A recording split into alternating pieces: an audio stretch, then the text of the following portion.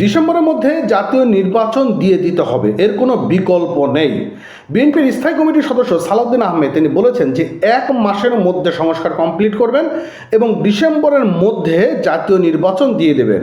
আর যদি ইচ্ছা থাকে তাহলে 1 মাসের মধ্যেই সংস্কার কমপ্লিট করা সম্ভব।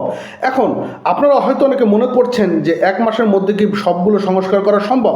সেখানে সালাউদ্দিন আহমেদ তিনি বলেছেন যে 1 মাসে সকল ধরনের সংস্কার আপনাদেরকে করতে হবে না, যতদূর সংস্কার করা প্রয়োজন ঠিক 1 মাসের মধ্যে সেই সংস্কারগুলো কমপ্লিট করবেন এবং বাকি যে সংস্কারগুলো রয়েছে সেই সকল সংস্কারগুলো জাতীয় সংসদে বসে সেগুলো কমপ্লিট করা হবে। সেখানে সংসদীয় সরকারি দল থাকবে, বিরোধী দল থাকবে, পক্ষ থাকবে, বিপক্ষ থাকবে, মত থাকবে, দ্বিমত থাকবে, সব কিছু মিলে বাদবাকি যে সংস্কারগুলো রয়েছে সেই সকল সংস্কারগুলো জাতীয় সংসদে বসে সেগুলো কমপ্লিট করতে হবে। তো আজকে একটি নির্বাচনের রোড ম্যাপের নিয়ে কথা বলা হয়েছে এবং আজকে একটি জাতীয় ঐক্যমতের কয়েকটি রাজনৈতিক দল সেখানে উপস্থিত ছিল। তো কি বলছে আজকের এই নিউজটিতে, চলুন আমরা যুগান্তর পত্রিকা থেকে জেনে আসি। আর যদি নতুন হয়ে থাকে তাহলে অবশ্যই চ্যানেলটি সাবস্ক্রাইব করতে ভুলবেন না।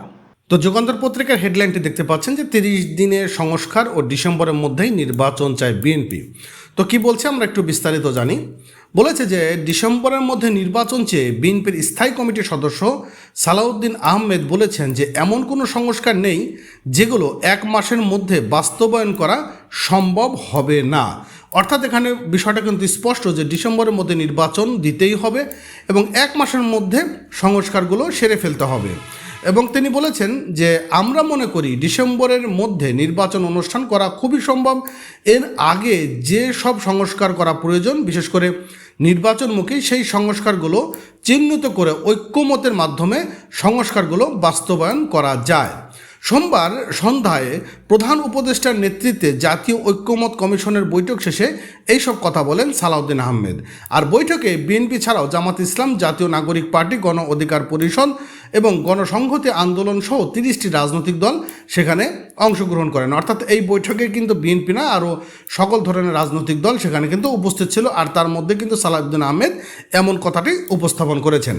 আর সাংবাদিকদের এক প্রশ্নের জবাবে সালাউদ্দিন আহমেদ বলেন যে সংবিধান সংশোধন ছাড়া কিছু কিছু সংস্কার অফিস আদেশের মাধ্যমে, অডিয়েন্স কিংবা নির্বাহী আদেশের মাধ্যমেও বাস্তবায়ন করা সম্ভব।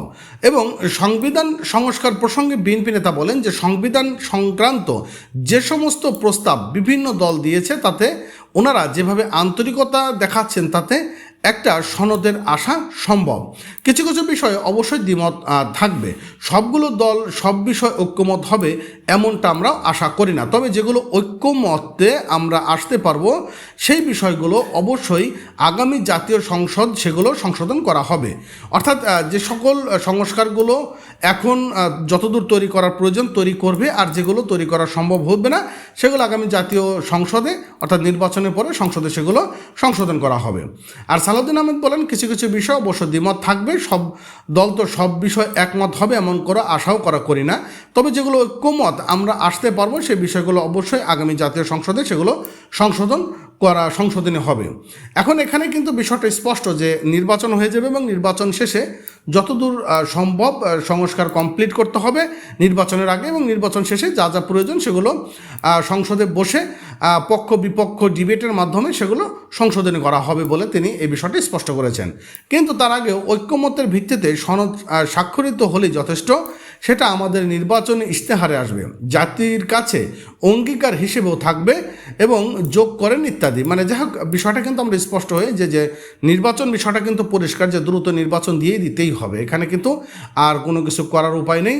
অর্থাৎ ডিসেম্বর 1 মাসের মধ্যে তারা চাচ্ছে সংস্কার এবং ডিসেম্বরের মধ্যে নির্বাচন কমপ্লিট করে এই অন্তর্বর্তীকালীন সরকার সসম্মানে বিদায় নেবে, এরকম একটি আশা করা হচ্ছে বলে এখানে বিষয়টা আমরা স্পষ্ট হলাম। তো যাই হোক, ভালো থাকেন, সুস্থ থাকেন। নতুন হলে অবশ্যই চ্যানেলটি সাবস্ক্রাইব করবেন, পেজটি ফলো করবেন। ধন্যবাদ।